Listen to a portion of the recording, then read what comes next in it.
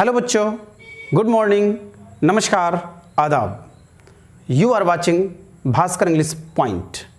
आई am Kumar Bhaskar. आज हम लेकर आए हैं ग्रामर सेक्शन। जैसा कि आपको पता है, ग्रामर सेक्शन से बोर्ड्स एग्ज़ाम में 50% के ऑब्जेक्टिव्स पूछे जाते हैं, 10th में भी और 12th में भी।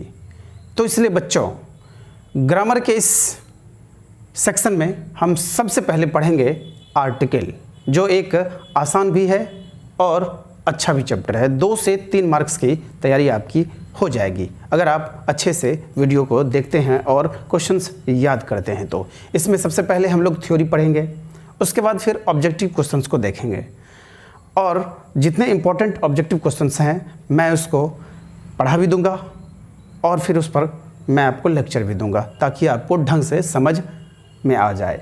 तो आइए शुरू करते हैं आज का क्लास आर्टिकल से। आर्टिकल किसे कहते हैं? सबसे पहली बात ये आता है, तो आर्टिकल का हिंदी होता है अभिपद। अब आर्टिकल कहते किसे हैं?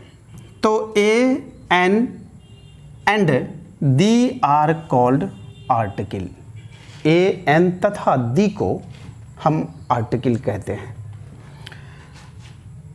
देयर आर 2 काइंड्स, 2 प्रकार होते हैं ऑफ आर्टिकल। आर्टिकल के कितने प्रकार होते हैं? 2। पहला है इंडेफिनिट आर्टिकल, अनिश्चयवाचक अभिपद, और दूसरा है डेफिनिट आर्टिकल, निश्चयवाचक अभिपद। जिन बच्चों को हिंदी समझ में नहीं आता है वो वीडियो को पॉज करेंगे, जहाँ जहाँ हम हिंदी बोलते हैं आप उसको राइट डाउन करते जाएंगे, लिखते चले जाएंगे, आपके फायदे की बात होगी। तो इंडेफिनिट आर्टिकल किसे कहते हैं? तो a an are called indefinite article. A an को हम अनिश्चयवाचक अभिपद कहते हैं और definite article the is called definite article. The को हम लोग डेफिनिट आर्टिकल कहते हैं। तो सीधी सी बात है, आप कहेंगे ए एन तथा दी को आर्टिकल कहते हैं, ए एन को इंडेफिनिट आर्टिकल कहते हैं और दी को डेफिनिट आर्टिकल कहते हैं। तो ये आपको किसी परीक्षा में पूछा नहीं जाता है। आपको पूछा जाता है फिल इन द ब्लैंक्स, या किसी नाउन के पहले ए लगेगा या एन लगेगा या दी लगेगा, ये पूछा जाता है। आपको कोई परिभाषा एग्जाम्स में नहीं आएगा आर्टिकल के चैप्टर से। तो आपको समझना है, सिर्फ रटना नहीं है ताकि आप उसको लिख पाएँ, ऐसा आपको नहीं करना। केवल समझना कि ए एन दी में कौन डेफिनिट है कौन इनडेफिनिट है, ए एन दी है क्या, वगैरह वगैरह। तो चलिए अब हम लोग पढ़ते हैं ए एन का प्रयोग। Use of a N.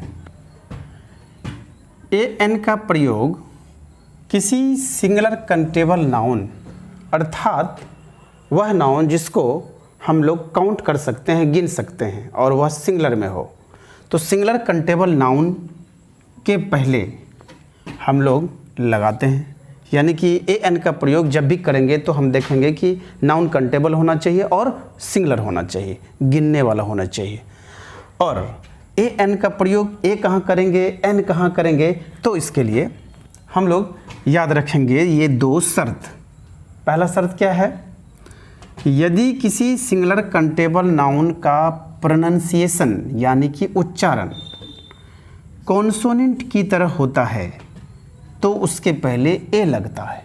अर्थात अगर किसी भी सिंगुलर कंटेबल नाउन का उच्चारण, प्रोनंसिएशन, वर्ड यानी उस नाउन का उच्चारण किसी लेटर नहीं, अगर वह नाउन का पहला लेटर वोवेल ही क्यों ना हो तब भी वह ए लगेगा, यदि उसका उच्चारण वोवेल की कॉन्सोनेंट की तरह होगा। तो कॉन्सोनेंट की तरह होना चाहिए। कॉन्सोनेंट लेटर हो कि वोवेल लेटर हो, इस पर ध्यान नहीं देंगे। ध्यान किस पर देंगे कि वह वर्ड जो है वह उच्चारण किस प्रकार से हो रहा है, तो उस पर हम लोग जाएंगे। दूसरा शर्त है, यदि किसी सिंगुलर कंटेबल नाउन, अगर वही सिंगुलर कंटेबल नाउन जिसको हम गिन सकते हैं और सिंगुलर भी होता है तो वो सिंगुलर कंटेबल नाउन का प्रोनाउंसिएशन, उच्चारण वॉवेल की तरह हो तो उसके पहले एन लगता है। वॉवेल लेटर या कॉन्सोनेंट लेटर की तरह लेटर पर नहीं जाएंगे, हम उस नाउन के उच्चारण पे जाएंगे, उसके प्रोनाउंसिएशन पे जाएंगे और उसको ध्यान से देखेंगे क्या प्रोनाउंसिएशन हो क्या रहा है, और तब हम उसमें हम लोग ए एन का प्रयोग करेंगे। आइए हम इसको उदाहरण के साथ जानते हैं, दोनों में अंतर समझते हैं। तो सबसे पहले यदि आपको वॉवेल की जानकारी ना हो, कॉन्सोनेंट की जानकारी ना हो तो दिक्कत हो सकती है। ए ई आई ओ यू को आप वॉवेल कहते हैं और कॉन्सोनेंट जो भी बचे हुए बाकी लेटर्स हैं B C D F dot dot Z तक, ये आपको हो गए कॉन्सोनेंट। आता है तो अच्छी बात है, नहीं आता है तो आप उसको याद कर लें। तो हमने एक पहले ही बताया है, आप लेटर पर मत जाइए कि पी कॉन्सोनेंट है तो ए लगा देंगे, ए वॉवेल है तो एन लगा देंगे, ऐसा बिल्कुल नहीं करना है। ये बचपन में आपने सीखा होगा, उसको आप भूल जाइए। अभी आपको क्या सीखना है कि आप ए पी ए शुरू लेटर के अनुसार आप ए एन नहीं लगाएंगे, आप वही ठीक याद करेंगे कि जो वर्ड है, जो नाउन है, अगर वह सिंगुलर है तो उसमें ए एन लगेगा। लेकिन एक या दो बातें आपको याद रखना है कि इसका उच्चारण, इसका जो प्रोनाउंसिएशन है उस पर ध्यान देंगे, इसके लेटर पर ध्यान नहीं देंगे। तो पेन का जो उच्चारण, जो प्रोनाउंसिएशन है, पेन में प आता है यानी कि पी वॉवेल है, सॉरी कॉन्सोनेंट है, इसलिए आपको इसमें ए लगता है, पेन। फिर आ जाइए एप्पल।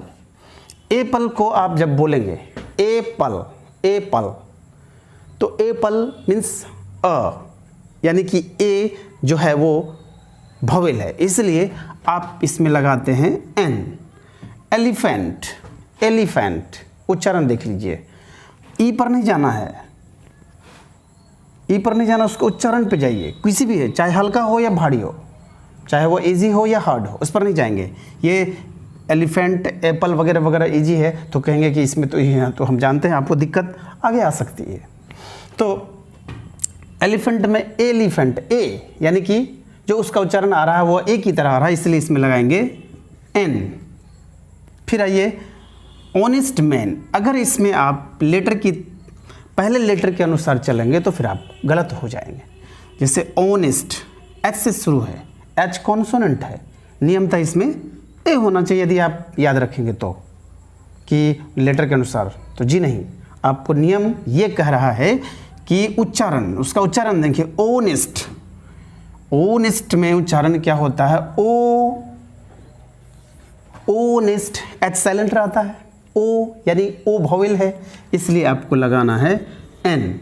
ये देखना है कि आगे सिंगुलर कंटेबल नाउन है कि नहीं। मैन, एम एन सिंगुलर है, कंटेबल नाउन है, इसलिए एन लगेगा। अगर यहाँ सिंगुलर कंटेबल नाउन नहीं होता, कुछ और होता, एम ई एन हो जाता, तो फिर यहाँ एन का प्रयोग नहीं होता। अगर एम ई एन रहता तो, ज़्यादा आदमी रहता तो वो पुल्डल हो जाता। यहाँ आपको देखना पड़ेगा कि वो सिंगुलर है कि पुल्डल है। अब आइए आगे, यूनिवर्सिटी। यहाँ पहला लेटर क्या है, वॉवेल है, U, A E I O U. आप लेटर के अनुसार चलेंगे तो आप यहाँ एन लगा देंगे, लेकिन ये गलत है। आपको लेटर के अनुसार नहीं चलना, आपको इसका उच्चारण करिए, यू यानी य, उच्चारण यहाँ देख लीजिए, य यानी कि वाई कॉन्सोनेंट लेटर है, अर्थात आप यहाँ पर ए लगाएंगे। यद्यपि ये वॉवेल है तथापि आप लगाएंगे ए। क्यों लगाएंगे, क्योंकि उसका प्रोनाउंसिएशन पहले हम लोग निकाल के देख लेंगे। आइए एम ए पे, एम ए कॉन्सोनेंट लेटर है, एम, लेकिन नहीं, ए नहीं लगाएंगे। आप एम को देखेंगे तो आप बोलेंगे, जब आप एम बोलते हैं तो आप देखिएगा ए उच्चारण में आता है, यानी कि आप देख लीजिए, आप एम को लिखिएगा तो ए प्लस एम, इस प्रकार से आपको उच्चारण होता है एम। जैसे हिंदी में आप देखेंगे क अगर बोलते हैं तो क प्लस अ होता है, क अ, उसी टाइप से इंग्लिश में एम है तो ए प्लस एम, एम बोला जाता है, यानी कि ए यानी कि शुरू में ए छुपा रहता है, ये साइलेंट रहता है, तो एम बोलते हैं तो हम लोग ए उसमें साइलेंट रखते हैं, तो इसीलिए वॉवेल यहाँ पर का उच्चारण हो रहा है, इसलिए लगाएंगे हम लोग एन। उसी तरह से एस डी ओ है, एस को जब आप देखेंगे तो इसमें ए प्लस एस यानी एस, ए का उच्चारण आ रहा है, एस, तो यहाँ पर लगाइए एन। यह कॉन्सोनेंट है तो ए नहीं लगाएंगे, वो उच्चारण के अनुसार जाना है आपको। बी डी ओ, बी बा ऑलरेडी आपको मैं जो है व्यंजन है यानी कॉन्सोनेंट है, तो आप लगाइए ए। इस प्रकार से आप, मुझे लगता है कि प्रोनाउंसिएशन के अनुसार अगर आप ध्यान रखते हैं सिंगुलर कंटेबल नाउन और उस से निकलने वाले उच्चारण का, तो आप निश्चित रूप से ए एन की गलती नहीं करेंगे। अब आइए हम देखते हैं आर्टिकल यानी ए एन में का जो प्रयोग है वो कहाँ नहीं करेंगे, उसको हम लोग कहेंगे ओमिशन ऑफ ए एन। तो कहीं कहीं आपको लगेगा कि ए एन होगा, लेकिन वास्तव में वहाँ पर ए एन का प्रयोग नहीं करना है। जैसे प्लूरल नाउन जिसमें प्रायः एस लगा रहे, या बिना एस का भी प्लूरल होता है, उसका अलग अलग नियम है। जैसे मेन में देखिए एस नहीं है लेकिन वो प्लूरल है। प्रॉपर नाउन राम, श्याम, सीता, गीता, पटना, दिल्ली, मुंबई, कलकत्ता, जो भी खास नाम है। मटेरियल नाउन, माप तौल वाले नाउन को हम लोग मटेरियल नाउन कहते हैं, अनकाउंटेबल नाउन। एडजेक्टिव, जिससे सामने वाले व्यक्ति या वस्तु के गुण का बोध हो, एडजेक्टिव। इन सबों के पहले आपको ए एन का प्रयोग नहीं करना है। तो बच्चों जैसे देखिए बॉयज़ में एस लगल है, प्लूरल नाउन है, आपको नो आर्टिकल यूज़ करना है। मेन MEN प्लूरल नाउन है, no article. Sita proper noun है, खास नाम, सीता, गीता, आपका नाम, मेरा नाम, ट्यूशन हो, स्कूल हो, कॉलेज हो, दिल्ली, पटना, जो भी खास नाम है that is called proper noun. तो उसमें आपको प्रॉपर नाउन में सीता, गीता, राम, श्याम में ए एन का प्रयोग बिल्कुल नहीं करना है। वाटर या ऑयल, ये मटेरियल नाउन है, अनकाउंटेबल नाउन, जिसको आप गिन ही नहीं सकते हैं, उसमें ए एन आप कैसे लगाएंगे, नहीं लगा सकते। इंटेलिजेंट मतलब होता है तेज, मतलब एडजेक्टिव, व्यक्ति या वस्तु के गुण का बोध होता है। इंटेलिजेंट, वह तेज लड़का है तो वो गुण हो गया, तो नो आर्टिकल। गुड, उसका गुण हो गया, नो आर्टिकल। अर्थात इन चीज़ों पर खाली ध्यान देना है कि कहाँ पर प्रयोग नहीं करेंगे, तो आपको मैक्सिमम क्वेश्चंस बन जाएंगे यदि आप इतने दो रूल्स उधर हो गए और ये ओमिशन ऑफ ए एन हो गए। अगर इतना रूल याद करेंगे तो फिर आपको ए एन में कभी कोई दिक्कत नहीं आएगी। विश्वास कीजिए कि आप सिर्फ और सिर्फ इन बातों पर ध्यान रखेंगे तो जो 2 नंबर से 3 नंबर आते हैं उसमें 2 नंबर 1 नंबर जब भी ए एन में पूछा जाएगा तो वो आपको हो जाएगा। अब बचा दी का प्रयोग। दी को पढ़ने से पहले हम लोग ए एन का ऑब्जेक्टिव्स पढ़ेंगे। तो नेक्स्ट वीडियो में हम ए एन पर आधारित सारे इम्पोर्टेंट क्वेश्चंस, बोर्ड में पूछे गए क्वेश्चंस और आने वाले परीक्षा के लिए VVI क्वेश्चंस को लाएंगे। आप उसको ज़रूर बनाएंगे ताकि आपको अगर उस पर आधारित कोई भी क्वेश्चंस आता है तो आप एग्ज़ाम्स में बना सकते हैं।